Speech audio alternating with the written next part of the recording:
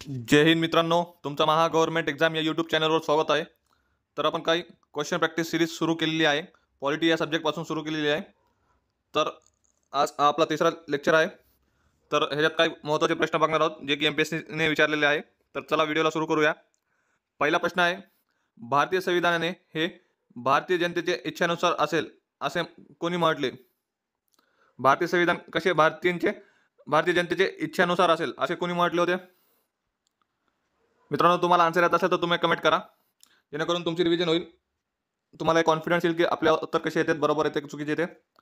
तर याचा correct answer असेल ऑप्शन क्रमांक 3, महात्मा गांधी यांनी काय सांगितलेलं आहे? भारतीय संविधान हे भारतीय जनतेच्या इच्छानुसार असेल.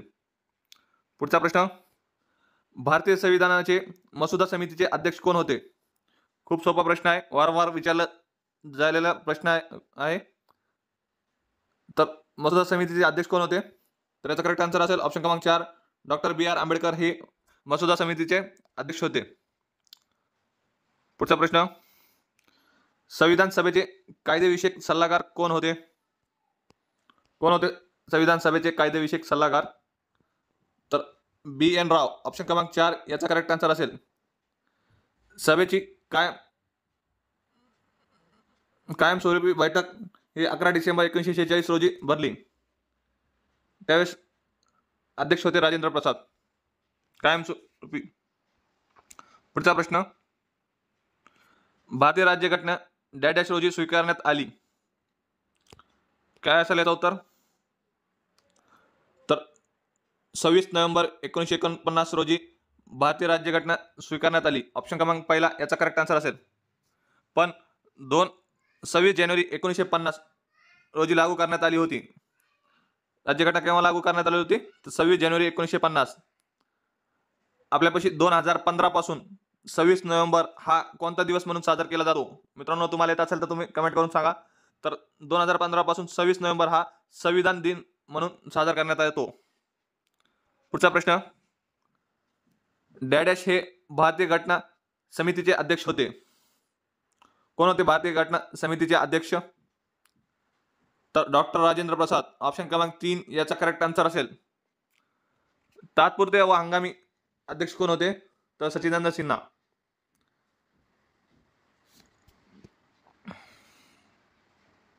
तात्पुरती बैठक केव्हा घेण्यात आली होती? तर 9 डिसेंबर 1946 रोजी. आणि कायमस्वरूपी केव्हा? तर 11 डिसेंबर 1946.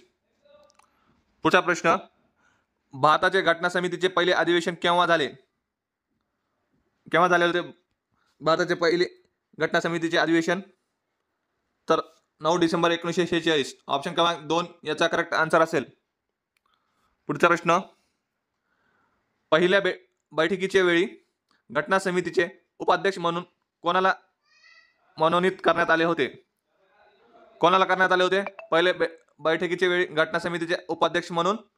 तर याचा करेक्ट आन्सर असेल ऑप्शन क्रमांक 4, फ्रँक अँथोनी यांना करण्यात आले होते. कारण 9 डिसेंबर 1946 ला सच्चिदानंद सिन्हा हे आजारी पडल्यामुळे फ्रँक अँथोनी यांची उपाध्यक्ष म्हणून निवड करण्यात आली होती. पुढचा प्रश्न, आर्थिक न्यायाचे तत्वे हे भारतीय राज्यघटनेचे खालीलपैकी कोणत्या दोन्ही भागात समाविष्ट केले आहे?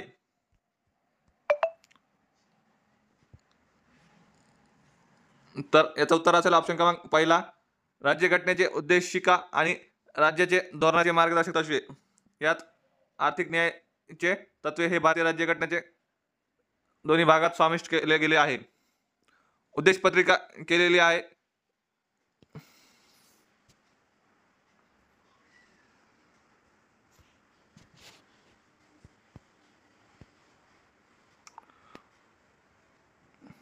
पुढचा प्रश्न, भारतीय संविधानाचे उद्देश पत्रिकाबाबत खालील विधान विचारात घ्या.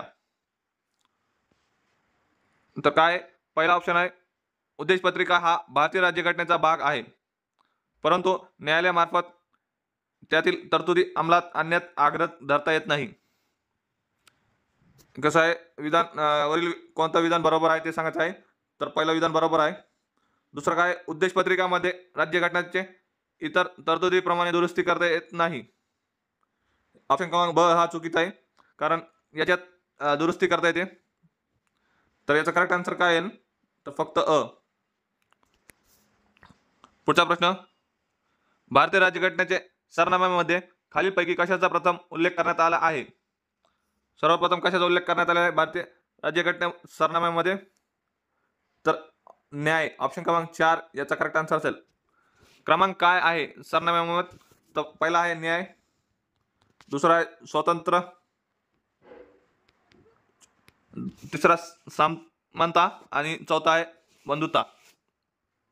पुढचा प्रश्न, भारताच्या राज्यघटनेचे सरनाम्यामध्ये कालांतराने काय सामील झाले? काय सामील झालेले आहे कालांतराने त्याला दुरुस्ती करून? तर तर राष्ट्रीय एकता हा नाही, तर राष्ट्रीय एकात्मता असं सामील केलेले आहे. राष्ट्रीय अखंडता, तर याला एकात्मता असे म्हणतात. तर बी बरोबर आहे. तर याचा करेक्ट आन्सर असेल केवळ बी, ऑप्शन क्रमांक 2. 42वी घटना दुरुस्ती 1976 साली 3